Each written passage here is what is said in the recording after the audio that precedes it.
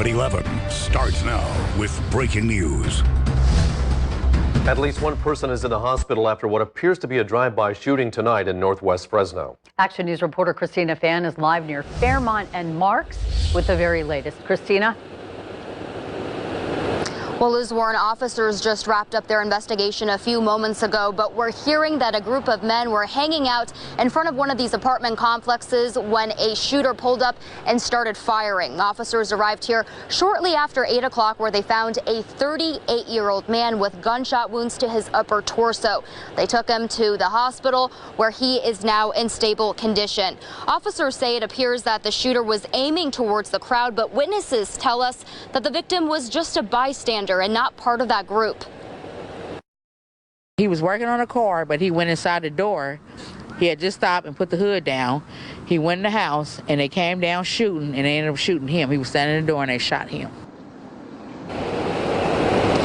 At this point, officers don't know if there was more than one shooter, but it does appear that there were 2 volleys of fire. We're also hearing conflicting accounts as to what the suspect vehicle looks like. But all of the witnesses so far have agreed that it was a light-colored sedan that fled the scene. Of course, if you have any information, you are asked to call the Fresno Police Department. Reporting live from Northwest Fresno, Christina Fan, ABC 30, Action News. Christina, thanks. New information tonight. The killer who gunned down dozens of people in Las Vegas over the weekend may have considered targeting other major American cities.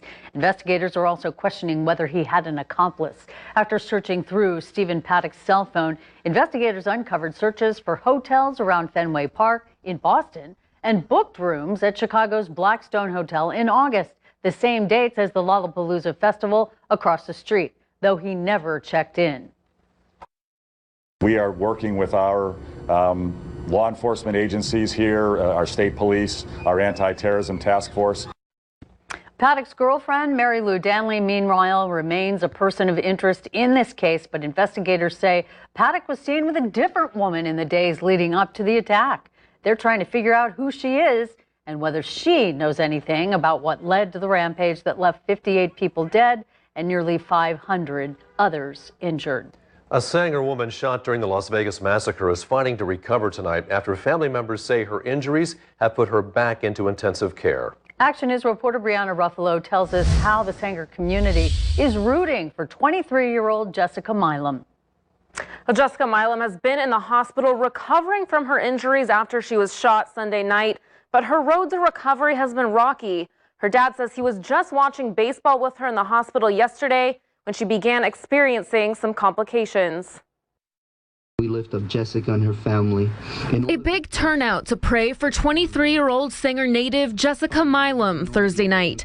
A Disneyland staff member described in almost the same way from every person I asked. Jessica, she's a nice person. She's beautiful, sweet, caring, loving. She's very, very smart, caring, loving, always with a big giant smile on her face. Milam is in the hospital fighting to overcome obstacles during her recovery after taking a bullet to the abdomen during the deadly Las Vegas massacre. People in Sanger learned her condition wasn't improving Wednesday night. Just hearing this morning, asking for more prayers, it was like, okay, we are going to pray. We overcome evil by doing good.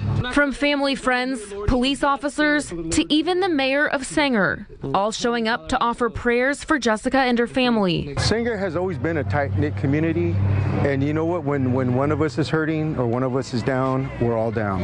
And it takes the community to bring everybody back up again. The gathering took place at Reagan Elementary School in Sanger, where friends say Jessica's mom and sister both work. And students say they know Jessica from her visits to the school. It was a shock for me, and I was scared. The bullet Milam took during the country music festival hit her liver, requiring a blood transfusion Tuesday. But a friend of hers says the following day she came down with a fever and blood began filling up her lungs. But she says fortunately, doctors were able to remove it. Lord, we know that you are here and you are also with Jessica. In the meantime, the community of Sanger is anxiously waiting for her health to improve so she can go back home. Get well soon, Jessica. We're all pulling for you. Please get well soon and come back to Sanger. We last heard from Jessica's dad that she is not back on track yet. But we do know there are a lot of us following her story and rooting for her recovery. Brianna Ruffalo, ABC 30 Action News. Brianna, thank you. An exclusive Action News poll conducted by Survey USA shows some distinct differences between the Central Valley and other parts of California when it comes to gun control. One question in our poll asked, do you think stricter gun control laws could have prevented the shootings in Las Vegas? 52% of those polled in the Bay Area said yes, compared to only 31% who said yes here in the Central Valley. When asked, would you support or oppose a law that limits how much ammunition a gun can hold at once? 76% of those polled in the Los Angeles area would support a law like that, while only 48% of those polled in the Valley would give their support. There's no reason for a civilian to have a magazine that holds 100 rounds, or I believe they make one for the AR that holds like 300 rounds. I mean, my God, what are you going to do?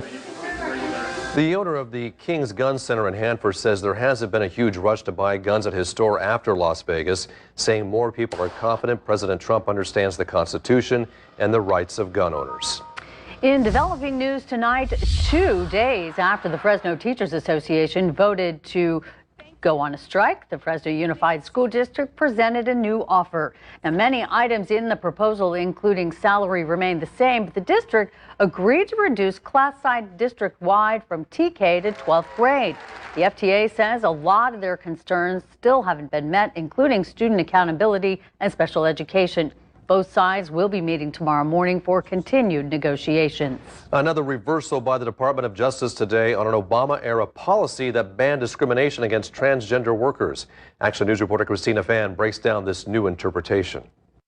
Another contradiction between the Trump and Obama administrations over civil rights. This time, the policy reversal surrounds employment discrimination. Attorney General Jeff Sessions says under the law, protection does not extend to transgender people.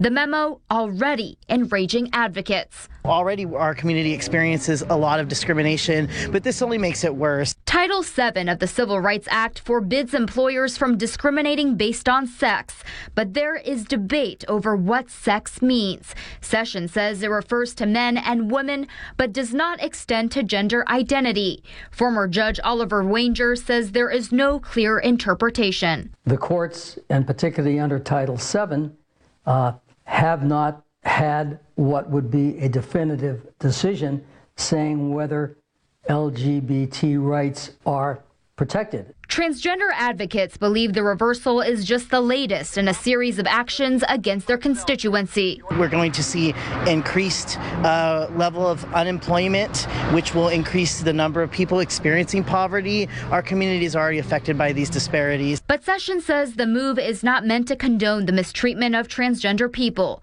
The Justice Department is strictly following the law. He's saying, we are the Justice Department, we are the executive. It's up to the legislature to define in the statute what rights are protected. And if Congress doesn't make a determination, it's likely the Supreme Court eventually will.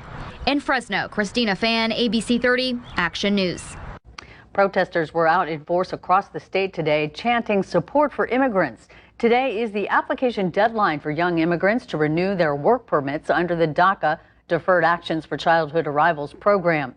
Last month, Attorney General Jeff Sessions announced the DACA program will be rescinded by March 5th, 2018, unless Congress can come up with a new plan. Now, for those who missed the deadline, it's still unknown what will happen. President Trump has both called for the end of the program, yet said dreamers will be all right. I don't think there's going to be any extension on the deadline, but it was a very positive visit. We met with 6 different representatives, and it seemed that everybody is sympathetic. The only one that 2 didn't have a position, and one being from the Valley, which is Nunez. That was America Hernandez, who's been in Washington, D.C. Many members of Congress want to support the Reviving Dream Act, but as of now, the program has ended. DACA recipients whose 2-year terms have not expired are still protected, but no new applications are being accepted. We're experiencing warmer weather as we head into the weekend. Chief Meteorologist Kevin Musso is in the Storm Warn 30 Center tracking the current conditions and a warm-up on the way. Kevin?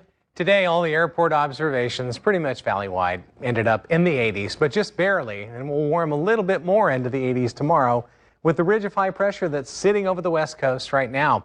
Compared to last night, we're pretty close. We're at 53 in Madera, 64 in Fresno, and 59 in Visalia. That's 1 degree warmer than it was just 24 hours ago. So we're still starting off in the low 50s tomorrow, but again, moving into the middle 80s and further into the weekend. Thanks, Kevin. A Yosemite high school football player is recovering after a bizarre accident during practice led to an amputation. Now the community is coming together to help.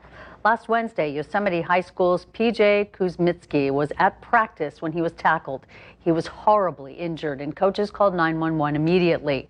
Family friends say doctors did what they could, but unfortunately, they had to amputate the lower half of PJ's right leg. Well, now parents and friends are coming together to raise money to help him when he returns home. He's going to need assistance getting around campus, maybe with really a high-tech scooter that he can traverse our campus with the highs and lows. At his home, he's going to need assistance with some ramps being built that are ADA specific. Now, parents have set up accounts at local banks. They've also created an online fundraiser. PJ is currently recovering at CRMC in Fresno. In Valley headlines tonight, the bodies of 2 Chinese tourists have been recovered from the Kings River. Their car plunged off a cliff back in August when water levels were too high to retrieve their remains. Fresno police arrested 36-year-old Jared Taylor for stealing an ice cream van. Officers say he stole the vehicle from a Southwest Fresno business and led them on a high-speed chase before being caught. The owner of I Love Sushi in Clovis says these 3 guys did a dine and dash on a $70 tab. He says if they come back and apologize, he'll make a $1,000 donation to Valley Children's Hospital. Pink is bringing her high-flying live show back to the Save Mart Center at Fresno State. The concert scheduled for next May 22nd, but tickets will be on sale starting next Friday, October 13th. Action News continues in just minutes with these news stories. Closed for the holiday, the growing list of major retailers that will not be open for business on Thanksgiving Day. Also ahead, a maze with a message. There's nothing corny about the point the designers of this giant puzzle are trying to make.